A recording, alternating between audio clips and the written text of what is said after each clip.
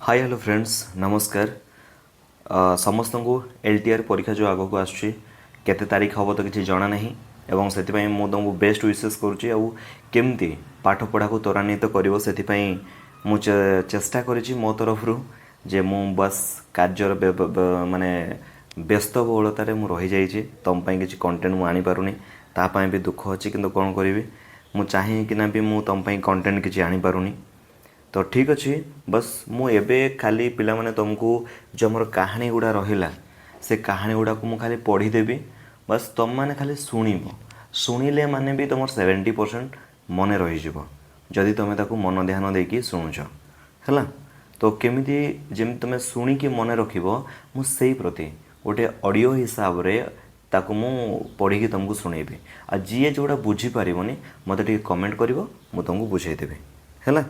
तो चलो लेट करवानी जे आमर कौन ना पुरस्कार लिखिं किए जयशंकर प्रसाद है।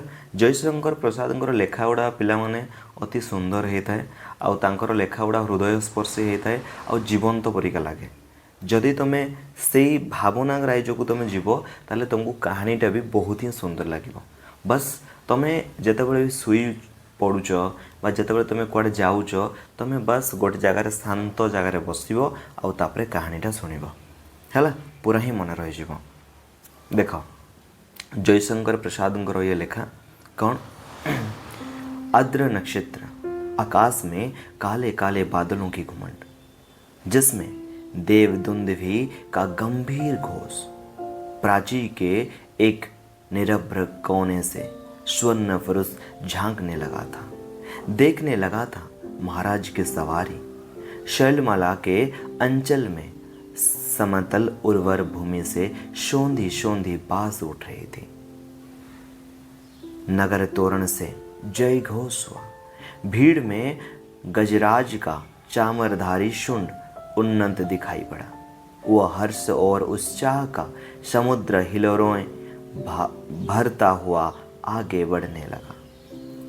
प्रभात का ही हेम किरणों से अनुरंजित नन्ही नन्ही बूंदों का एक झोंका आया और स्वर्ण मल्लिका के सम्मान बरस पड़ा। मंगल सूचना से जनता ने हर्ष ध्वनि की। रथ थे, हाथियों और अश्वारोहियों की पंक्ति जम गई। दर्शकों की भीड़ भी कम न थी। गजराज बैठ गया। महाराज सीढ़ियों से उतरे। सौभाग्यवती और कुमारी सुंदरियों के दो दल आम्र पल्लवों से सुशोभित मंगल कलश और फूल कुकुम तथा खीलों से भरे थाल लिए मधुर गान करती आगे बढ़ती। महाराज के मुख पर मधुर मुस्कान थी। पुरोहित वर्ग ने सस्तुतियां किया। स्वर्ण रंजित हल की मूठ पकड़कर महाराज ने जूते हुए सुंदर पुष्ट वेलों को चलने का संकेत किया। बाजे बजने लगे। किशोरी कुमारियों ने खीलों और फूलों की वर्षा की। कौशल का यह उत्सव प्रसिद्ध था। एक दिन के लिए महाराज को कृषक बनना पड़ता। उस दिन इंद्र पूजन की धूमधाम होती, गठ होती। नगर निवासी उस पहाड़ी भूमि में आनंद समाते। प्रतिवर्ष कृषि का यह महोत्सव उत्साह से संपन्न होता। दूसरे राज्यों से भी युवक राजकुमार इस उत्सव में बड़े चाव से आकर योग देते। मगध का एक राजकुमार अरुण अपने रथ पर बैठा बड़े कौतूहल से यह दृश्य देख रहा था। बीजों का एक थाली लिए कुमारी मधुलिका महाराज के साथ थी। बीज बोते हुए महाराज जब हाथ बढ़ाते तब मधुलिका उनके सामने थाल कर देती। यह खेत मधुलिका का ही था जो इस साल महाराज की खेत के लिए चुना गया था। इसीलिए बीज देने का सम्मान मधुलिका को ही मिला। ये राजकुमारी थी, सुंदरी थी। कौशल्य बसन उसके शरीर तले। एटी इम्पोर्टेंट विषय बेटा कौन ना वो कैसी थी, कुमारी थी, सुंदर थी।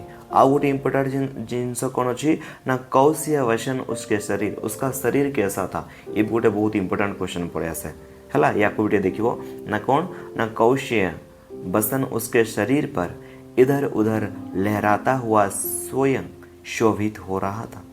वो कभी उसे संभालती और कभी उन अपने रूखे अलकों को ले तार के चुट्टी है ना।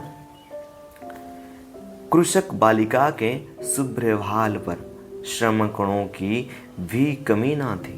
वो सब वर्णियों में गूंथे जा रहे थे। सम्मान और लज्जा उसके अधरों पर मंद मुस्कुराहट के साथ शिहर उठते, किंतु महाराज को बीज देने में उसने शिथिलता नहीं की। सब लोग महाराज का हल चलाना देख रहे थे, विस्मय से, कौतूहल से, और अरुण देख रहा था कृषक कुमारी मधुलिका को। आहा, कितना भोला सौंदर्य, कितनी सरल चितवन। उत्सव का प्रधान कृत्य समाप्त हो गया। महाराज ने मधुलिका के खेत का पुरस्कार दिया।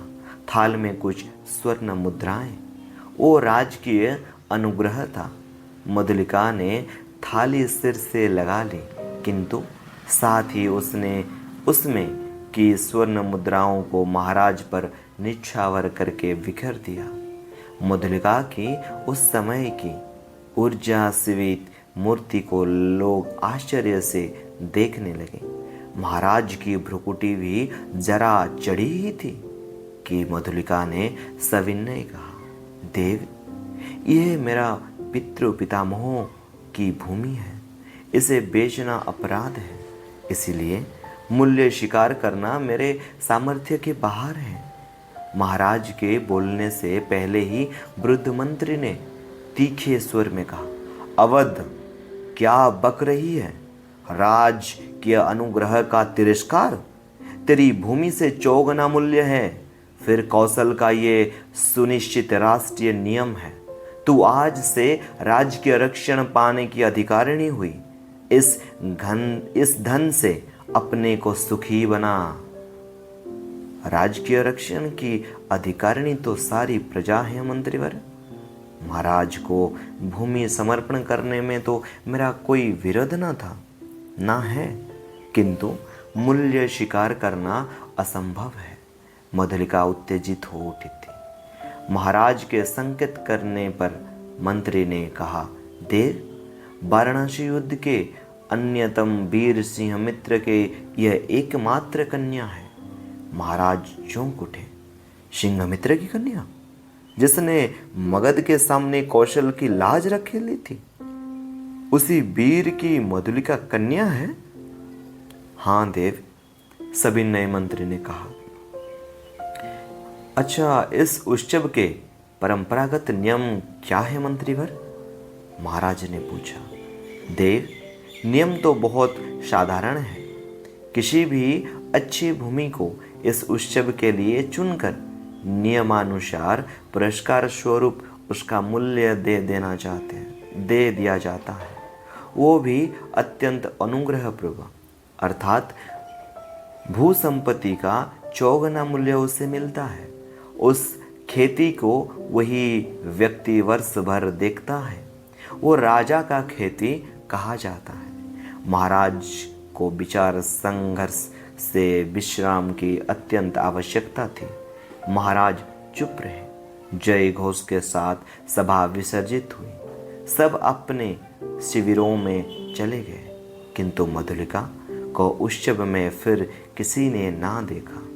वो अपने खेत की सीमा पर विशाल मधुवृक्ष के चिकने हरे पत्तों की छाया में अनमनी चुपचाप बैठी रही। रात्रि का उत्सव अब विश्राम ले रहा था। राजकुमार अरुण उसमें सम्मिलित नहीं हुआ। वो अपने विश्राम भवन में जागरण कर रहा था। आंखों में नींद ना थी। प्राची में जैसी गुलाबी खिल रही थी, वो रंग उसकी आंखों में था। सामने देखा तो मुंडेर पर कपोती एक पैर पर खड़ी पंख फैलाए अंगड़ाइयां ले रही थी। अरुण उठ खड़ा हुआ। द्वार पर सुसज्जित अश्व था। वो देखते देखते नगर तोरण पर जा पहुंचा। रक्षक गण ऊँग रहे थे। अश्वों के पैरों के शब्द से चौंक उठे। युवक कुमार तीर सा निकल गया। सिंधु देश का तुरंग प्रभात में पवन से पुलकित हो रहा था। घूमता घूमता अरुण उसी मधुक वृक्ष के नीचे पहुंचा, जहां मधुलिका अपने हाथ पर सिर धरे हुए खिन्न निद्रा का सुख ले रही थी। अरुण ने देखा कि एक छिद्र माधवी लता की शाखा से च्युत होकर पड़ी है। सुमन देखिए एटी पिला माने गोटे क्वेश्चन आसे जे माधवी लता वृक्ष एटा कौन ना माधवी लता वृक्ष का शाखा से च्युत होकर पड़ी थी। एटा जेतेबेले से सुई थाए अरुण ने देखा एक छिद्र। अरुण कोठी देखिथिला एटा गोटे क्वेश्चन भी आसे हला, याको भी तुम टिके मन रखिबो। सुमन मुकुलित ब्रह्म निस्पंद थे। ताले एटा भी गोटे क्वेश्चन आसे जे उस समय सुमन कैसे थे? मुकुलित थे हला। भ्रमर कैसे थे? निस्पंद हला, पूरा निस्पंद थे माने तांकर भितरे स्पंदन माने खाली जीवा आसवा होतला, आ किछि हो नतला से समयटा से कहउछथि। अरुण ने अपने अश्व को मौन रहने का संकेत किया उस सुषमा को देखने के लिए, परंतु कोकिल बल उठी। जैसे उसने अरुण से प्रश्न किया, छी, राजकुमारी के सोए हुए सौंदर्य का दृष्टिपात करने वाले दुष्ट, तुम कौन हो? मधुलिका की आंखें खुल पड़ी। उसने देखा एक अपरिचित युवक। वो संकोच से उठ बैठी। भद्रे, तुम्ही ने कल के उत्सव की संचालक रही हो? उत्सव? हाँ, उत्सव ही तो था कल। उस सम्मान क्यों? आपको कल का स्वप्न सता रहा है? भद्र, आप क्या मुझे इस अवस्था में संतुष्टि ना रहने देंगे?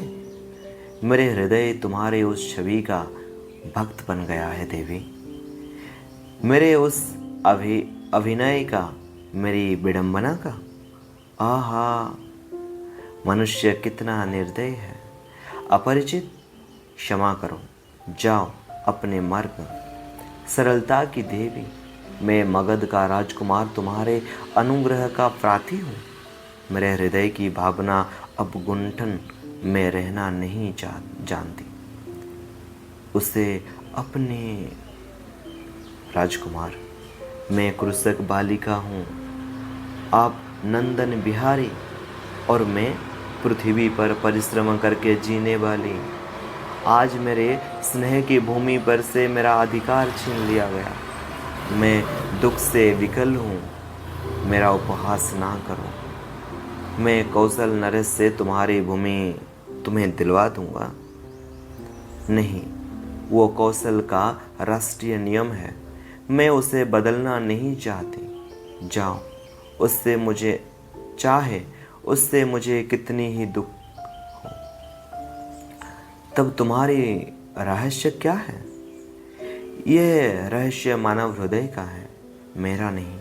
राजकुमार, नियमों से यदि मानव हृदय बद्ध होता तो आज मगध के राजकुमार का हृदय किसी राजकुमारी की ओर ना खींचकर एक कृषक बालिका का अपमान करने ना आता। एटी से कौच जे गोटे राजकुमार है कि तुम गोटे माने राजकन्या को भल पाइबा दरकार। तुम मते कहीं भल पाउच, एटा मो प्रति गोटे अपमान परिका से लगुच बोले से निजको कौचे। माने गोटे कौन गोटे कमेंट मारला वाला कथाटा से कौचे, बुझिपारछ। मधुलिका उठ खड़ी हुई। चोट खाकर राजकुमार लौट पड़ा। जो यही कथाटा से कहला, एटा राजकुमार को बहुत कष्ट हैला। किशोर किरणों में उसका रतन किटीर चमक उठा। अश्व वेग से चला जा रहा था। और मधुलिका निष्ठुर प्रहार करके क्या स्वयं आहत ना हुई? ताकू जो सीए तार प्रेम जो संवेदना से करथिला ताकू सी ठुकर मारदेला ना, से ठोकर कर देदेला ताकू से एक्सेप्ट कला नहीं। तो ସେଇଟା ସେ ଯେଉଁ ଆକ୍ସେପ୍ଟ କଲାନି ତା ପ୍ରେମ ନିବେଦନଟାକୁ, ସେଇଟା କହୁଛନ୍ତି ସିଏ ଯେ ସିଏ ସିନା ତାକୁ ମନା କରିଦେଲା, କ'ଣ ସତରେ ତା ହୃଦୟରେ କିଛି ବି ଆଘାତ ଲାଗିନଥିଲା ମଧୁଲିକାର? ସେଇ କଥା ସିଏ କହୁଛନ୍ତି। उसके हृदय में ठेस सी उठने लगी, वह सजल नेत्रों से उड़ती हुई धूल देखने लगी। मधुलिका ने राजा का प्रतिवादन अनुग्रह नहीं लिया। वो दूसरे खेतों में काम करती और चौथे प्रहर रूखे सूखे खाकर पड़ी रहती। मधुलिका वृक्ष के नीचे छोटी सी पर्ण कुटीर थी। सूखे डंठलों से उसका दीवार बनी थी। मधुलिका का वही आश्रय था। कठोर परिश्रम से जो रूखा अन्न मिलता उसकी सांसों को बढ़ाने के लिए पर्याप्त था। दुबली होने पर भी उसके अंगों पर तपस्या की कांति थी। आसपास के कृषक उसका आदर करते थे। वो एक आदर्श बालिका थी। दिन, सप्ताह, महीने और वर्ष बीतने लगे।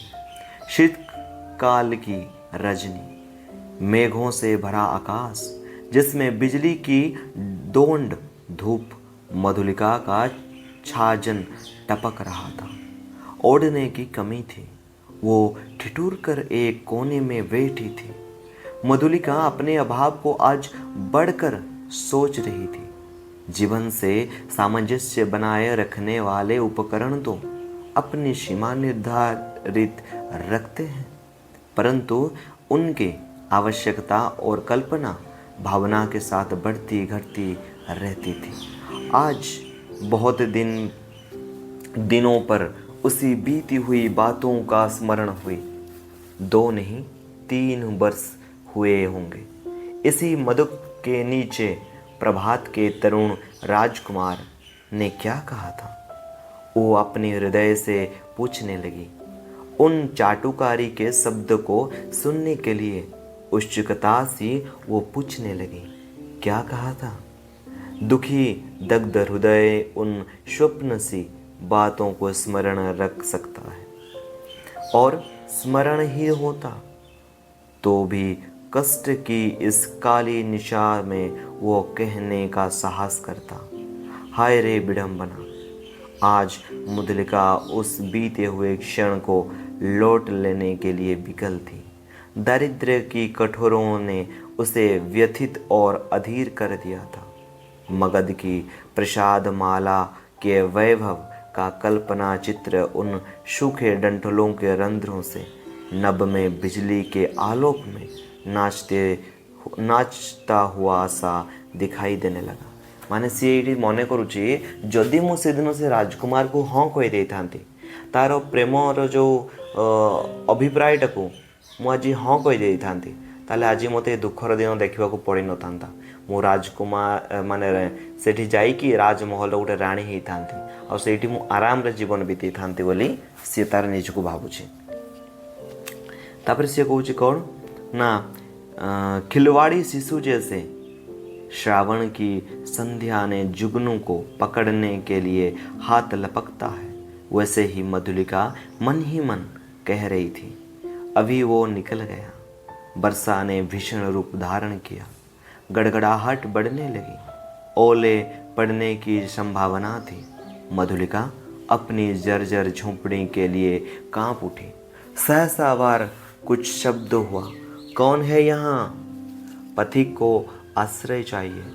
मधुलिका ने डंठलों का कपाट खोल दिया। बिजली चमक उठी। उसने देखा एक पुरुष घोड़े की डोर पकड़े हुए खड़ा है। सहसा वो चिल्ला उठी, राजकुमार! मधुलिका, आश्चर्य से युवक ने कहा। एक क्षण के लिए सन्नाटा छा गया। मधुलिका अपनी कल्पना को सहसा प्रत्यक्ष देखकर चकित हो गई। इतने दिनों के बाद आज फिर? अरुण ने कहा। कितना समझाया मैंने, परंतु मधुलिका अपनी दयनीय अवस्था का संकेत करने देना नहीं चाहती थी। उसने कहा, और आज आपकी यह क्या दशा है? सिर झुकाकर अरुण ने कहा, मैं मगध का विद्रोही निर्वासित कौशल में जीविका खोजने आया हूँ। मधुलिका उस अंधकार में हंस पड़ी। मगध के विद्रोही राजकुमार का स्वागत कर रहे एक अनाथिनी कृषक बालिका, ये भी एक विडंबना है। तो भी मैं स्वागत के लिए प्रस्तुत हूँ। शीतकाल की निस्तब्ध रजनी, कुहेर से धुली हुई चांदनी, हाड़ कांप देने वाला शमीर, तो भी अरुण और मधुलिका दोनों पहाड़ी गौहर के द्वार पर वट वृक्ष के नीचे बैठे हुए बातें कर रहे थे। ताले एतिकी थंडा दिन रे भी एतिकी पवन होचे, सेठी कोहरे चलीचे, तापरे भी से माने कौन कहते आउ कौन धूली हुई चांदनी माने टिके झपसा झपसा जो देखा जाउचे चांदनी, सेठी जाइकी से माने कौन बट वृक्षर तले से माने जाइकी कथा होउचंदी। एतिकी थंडा होचे, पुणी वर्षा हेइचे। मधुलिका की वाणी में उत्साह था, किंतु अरुण जैसे अत्यंत सावधान होकर बोलता। जेतेबेले से उत्साह हो जाइए से भाविला जे मते पुणी आउ थे से सुजोग मिल जाइए, जो सुजोग मोठू हाथ छड़ा हो जाता। से मते जेतेबेले प्रपोज करथिला मु तो मना कर देइथिली, किंतु एबे तो मु पूरापूरी रेडी अच्छी, एटा भाविकी से पूरापूरी खुशी अच्छी। किंतु राजकुमार कौन करिछि अरुण से अत्यंत सावधान होकर बोलता। से सब कथा गुड़ा सावधानी सह कथा कहूँ कहीं ना सी एबे आ राजकुमार है कि नहीं, ताकू निर्वासित कर दिया है मगधरू, तो सेइथिपाई ताकू जगी रही कथा कहवाई पड़ुछि। मधुलिका ने पूछा, जब तुम इतनी विपन्न अवस्था में हो तो फिर इतनी सैनिकों को साथ रखने का क्या आवश्यकता है? मधुलिका, बाहुबल ही तो वीरों का आजीविका है, ये मेरे जीवन मरण के साथी हैं। भला मैं इन्हें कैसे छोड़ देता, और करता ही क्या? क्यों, हम लोग परिश्रम से कमाते और खाते। अब तो तुम भूल ना करो, मैं अपने बाहुबल पर भरोसा करता हूँ, नए राज्य की स्थापना कर सकता हूँ, निराश क्यों हो जाऊँ? अरुण के शब्दों में कंपन था। वो जैसे कुछ कहना चाहता था पर कह ना सकता था। नवीन राज्य? ओहो, तुम्हारा उत्साह तो कम नहीं। भला कैसे? कई ढंग बताओ तो मैं भी कल्पना का आनंद ले लूं। कल्पना का आनंद नहीं मधुलिका, मैं तुम्हें राज रानी के सम्मान से सिंहासन पर बिठाऊंगा। तुम अपने छीने हुए खेत की चिंता करके भयभीत ना हो। एक क्षण में सरल मधुलिका के मन में प्रमोद का उंधड़ बहने लगा, द्वंद्व मच गया। उसने सहसा कहा, आहा, मैं सचमुच आज तक तुम्हारी प्रतीक्षा करती थी राजकुमार। अरुण ठिठाई से उसके हाथों को दबाकर बोला, तो मेरा भ्रम था, तुम सचमुच मुझे प्यार करती हो। युवती का वक्षस्थल फूल उठा। वो हाँ भी नहीं कह सकी, ना भी नहीं। अरुण ने उसका अवस्था का अनुभव कर लिया। कुशल मनुष्य के सम्मान उसने अवसर को हाथ से ना जाने दिया। तुरंत बोल उठा, तुम्हारी इच्छा हो तो प्राणों से पण लगाकर मैं तुम्हें इस कौशल का सिंहासन पर बिठा दूं। मधुलिके, अरुण के खड़ग का आतंक देखोगी? मधुलिका एक बार कांप उठी। वो कहना चाहती थी नहीं, किंतु उसके मुंह से निकल गया क्या? पिलामाने एटा भी गोटे क्वेश्चन आसे जे मधुलिका कहना चाहती थी नहीं, पर उसके मुंह से क्या निकल गया? एटा गोटे बहुत इंपोर्टेंट क्वेश्चन, या कोई मन रखिबो हला। सत्य मधुलिका, कौशल नरेश तभी से तुम्हारे लिए चिंतित हैं। यही मैं जानता हूँ। तुम्हारी साधारण सी प्रार्थना वह अस्वीकार ना करेंगे, और मुझे यही भी विदित है कि कौशल के सेनापति अधिकांश सैनिकों के साथ पहाड़ी दस्युओं का दमन करने के लिए बहुत दूर चले गए। मधुलिका की आंखों के आगे बिजलियां हंसने लगी। दारुण भावना से उसका मस्तक विकृत हो उठा। अरुण ने कहा, तुम्हें बोलती नहीं हो, तुम बोलती नहीं हो। जो कहोगे वो करूंगी, मंत्रमुग्ध सी मधुलिका ने कहा।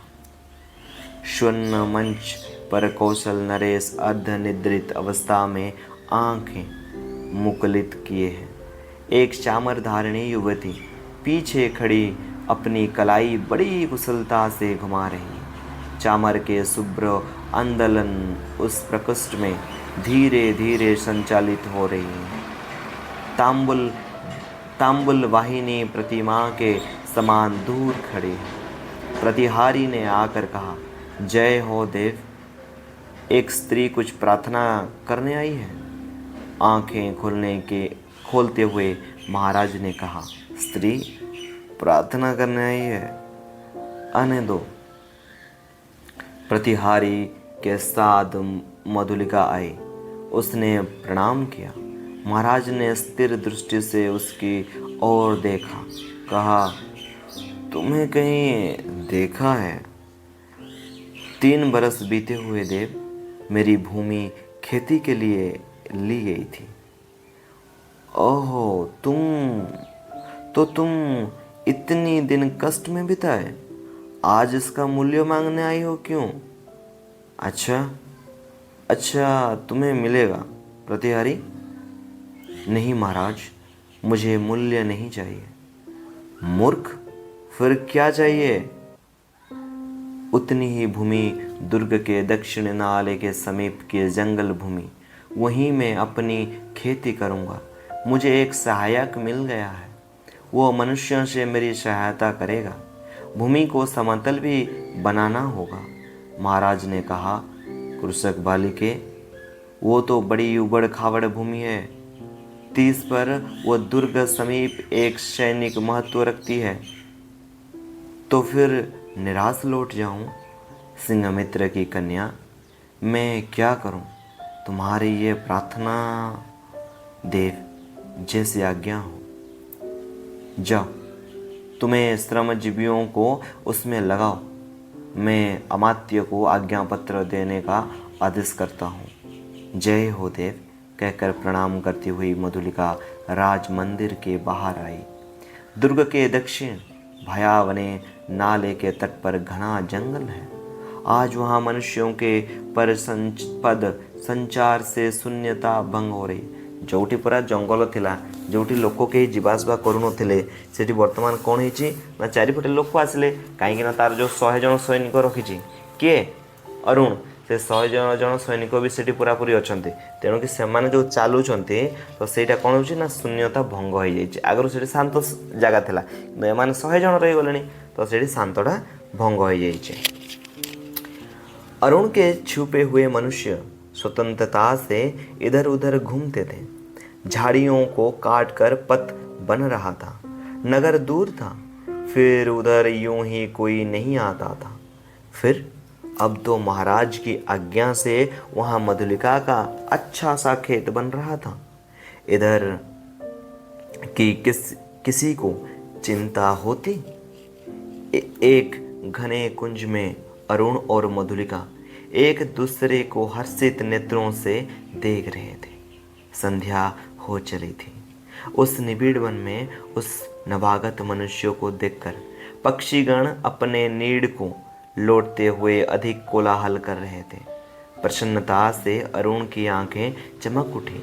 सूर्य की अंतिम किरणों झुरमुट में घुसकर मधुलिका के कपोलों से खिलने लगी। अरुण ने कहा, 4 पहर और।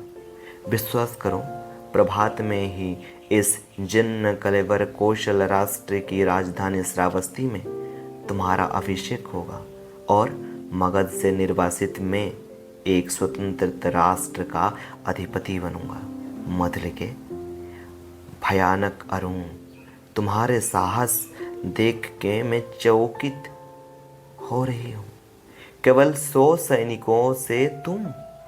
रात के 3रे पहर में मेरी विजय की यात्रा होगी मधुलिके। तो तुमको इस विजय पर विश्वास है? अवश्य। अपनी झोपड़ी में यही रात बिताओ। प्रभात से तो राज मंदिर ही तुम्हारा लीला लिखितन बनेगी।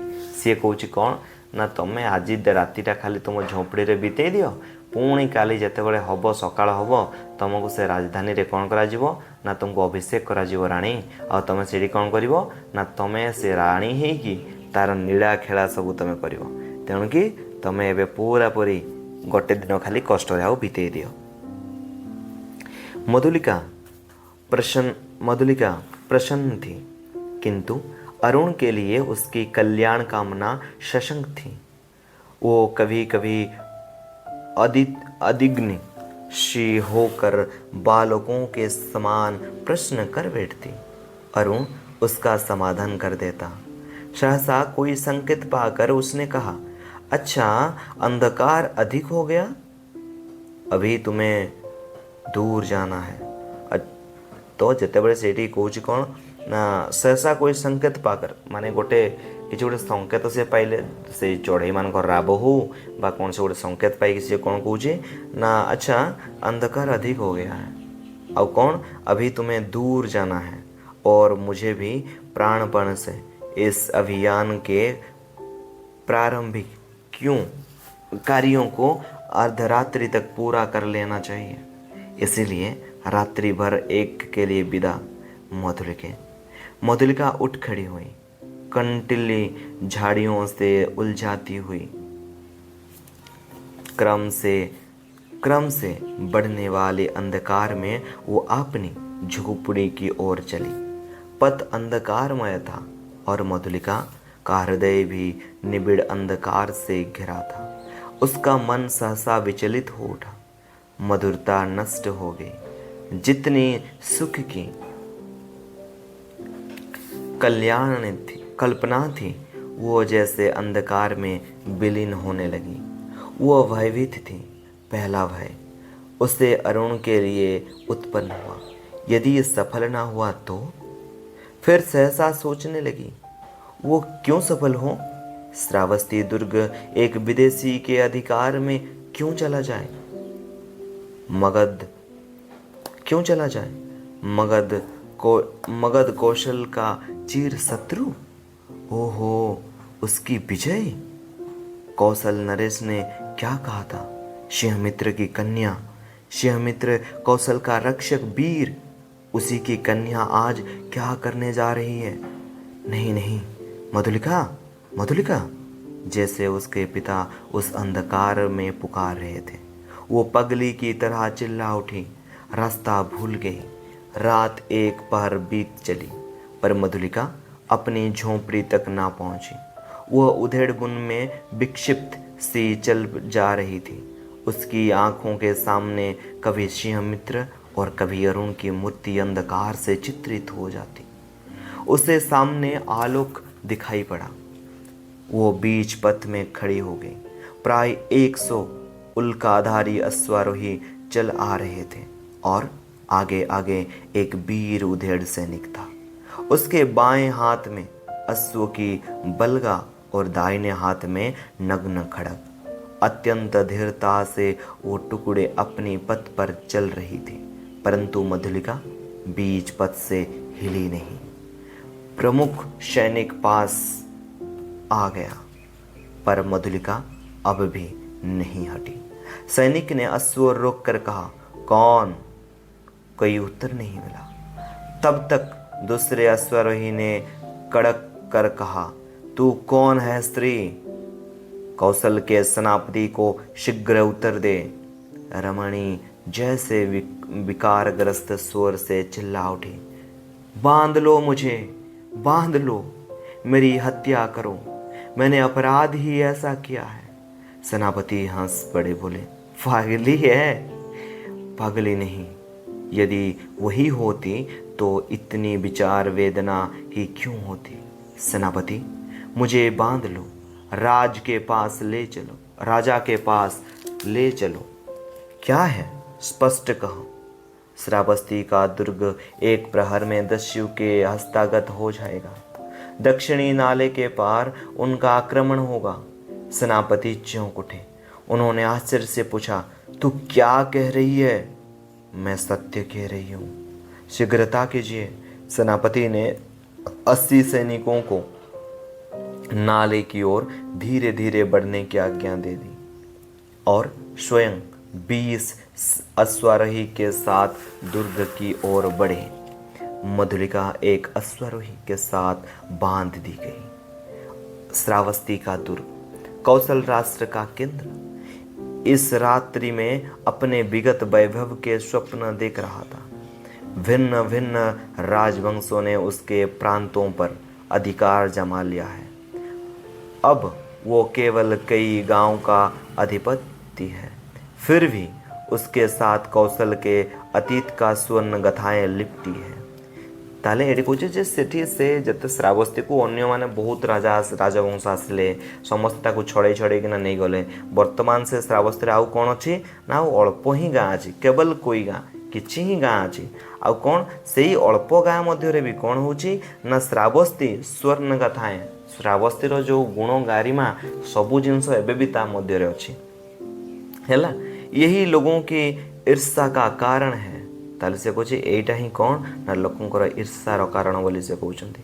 जब थोड़े से अश्वारोही बड़े बेग से आते हुए दुर्ग पर रुके तब दुर्ग के प्रहरी चौंके उठे। उल्का के आलोक में उन्होंने सेनापति को पहचाना। द्वार खोला। सेनापति घोड़े की पीठ से उतरे। उन्होंने कहा, अग्निसेन, दुर्ग में कितना सैनिक होंगे? सेनापति की जय हो। 200। उन्होंने शीघ्र एकत्र करो, परंतु बिना किसी शब्द के। 100 को लेकर तुम शीघ्र ही चुपचाप दुर्ग के दक्षिण की ओर चलो। आलोक और शब्द ना हो। सेनापति ने मुद्लिका की ओर देखा। वो खोल दी गई। उसे अपने पीछे आने के संकेत कर सेनापति राज मंदिर की ओर बढ़े। प्रतिहारी ने सेनापति को देखते ही महाराज को सावधान किया। वो अपनी सुख निद्रा के लिए प्रस्तुत हो रहे थे, किंतु सेनापति और साथ में मुद्लिका को देख ही चंचल हो उठी। सेनापति ने कहा, जय हो देव, इस स्त्री के कारण मुझे इस समय उपस्थित होना पड़ा है। महाराज ने स्थिर नेत्रों से देखकर कहा, सिंहमित्र की कन्या, फिर यहाँ क्यों? क्या तुम्हारा क्षेत्र नहीं बन रहा है? कोई बाधा? सेनापति, मैंने दुर्ग के दक्षिण नाले के समीप की भूमि इसे दे दी है। क्या उसी संबंध में तुम्हें कहना चाहते हो? देव, किसी गुप्त शत्रु ने उसी ओर से आज की रात दुर्ग पर अधिकार कर लेने का प्रबंध किया है और इसी स्त्री ने मुझे पथ में संदेश दिया है। राजा ने मुद्लिका की ओर देखा। वो कांप उठी। घृणा और लज्जा से वो गड़ी जा रही थी। राजा ने पूछा, मुद्लिका, यह सत्य है? हाँ देव। राजा ने सेनापति से कहा, सैनिकों को एकत्र करके तुम चलो, मैं अभी आता हूँ। सेनापति के चले जाने पर राजा ने कहा, सिंहमित्र की कन्या, तुमने एक बार फिर कौशल का उपकार किया है। ये सूचना देकर तुमने पुरस्कार का काम किया है। अच्छा, तुम यहीं ठहरो, पहले उन अताताइयों का प्रबंध कर लो। अपने साहसिक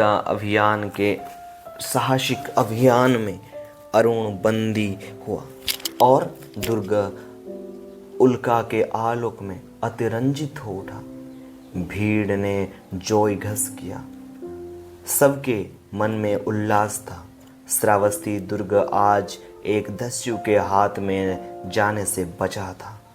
अबला वृद्ध नारी आनंद से उन्मत्त हो उठे। उत्साह के आलोक में सभा मंडप दर्शकों से भर गया। बंदी अरुण को देखते ही जनता ने रोष से हुंकार कहा, बंद करो, बंद करो। राजा ने सबसे सहमत होकर आज्ञा दी। प्राण दंड। मधुलिका बुलाई गई। वो पगली सी आकर खड़ी हो गई। कौशल नरेश ने पूछा, मधुलिका, तुझे जो पुरस्कार लेना हो मांग। वो चुप ही रही। राजा ने कहा, मेरी निज की जितनी खेती है मैं सब तुझे देता हूँ। मधुलिका ने एक बार बंदी और उनकी ओर देखा। उसने कहा, मुझे कुछ ना चाहिए। अरुण हंस पड़ा। राजा ने कहा, नहीं, मैं तुझे अवश्य दूंगा, मांग ले। तो मुझे भी प्राण दंड मिले। कहती हुई वो बंदी अरुण के पास जा खड़ी हो गई। एठी पिलामाने कहानी सरीगला। ताले एठी कहानीर मूल लक्ष्य होउची जे देश प्रेम, राज्यर प्रेम आउ निजर व्यक्ति प्रेम, व्यक्तित्व प्रेम उपरे से जो पक्षपात करचंती जे निज प्रेमठू देश प्रेम होउची सबुठू बड़। देश पई आमे जीवन देवा दरकार। देशर प्रति काम रे आमे महत्व गुण आमे अवदान देवा दरकार। तो सेइथपई ये पुरस्कार रखिछंती जे पुरस्कार पाइबा आशा से सब जिनस कर नथिला। से चाहिला जे मोर प्राण जाऊ पछे मो देशवासी प्राण बंची जाऊ। तांको पाखरे मु केबे दोषी हुएनी, देशवासी पाखरे केबे मु दोषी हेबिनी जे सेमाने कहिबे जे सामान्य तार निज खुशी पई आज देशवासी को जलांजलि दे दीछे। तो सेइथपई ए कहानीटी पुरस्कार उपर लिखिछंती जयशंकर प्रसाद। कहानी केमती लागिला आउ तुम कौ पार्टा बुझी पारिलनी दया करके कमेंट करिवो। जदि तुम कमेंट करिवो मु तुमको बुझिया पई के चेष्टा करिवे। ओके, आउ पिला माने परीक्षा आगो को आसुची, बस समय बर्बाद न करिकी तुम कहानी गुड़ा खाली शुणिबो। शुणिले भी तुम कहानी गुड़ा बहुत मन रही है। ओके, थैंक यू, धन्यवाद।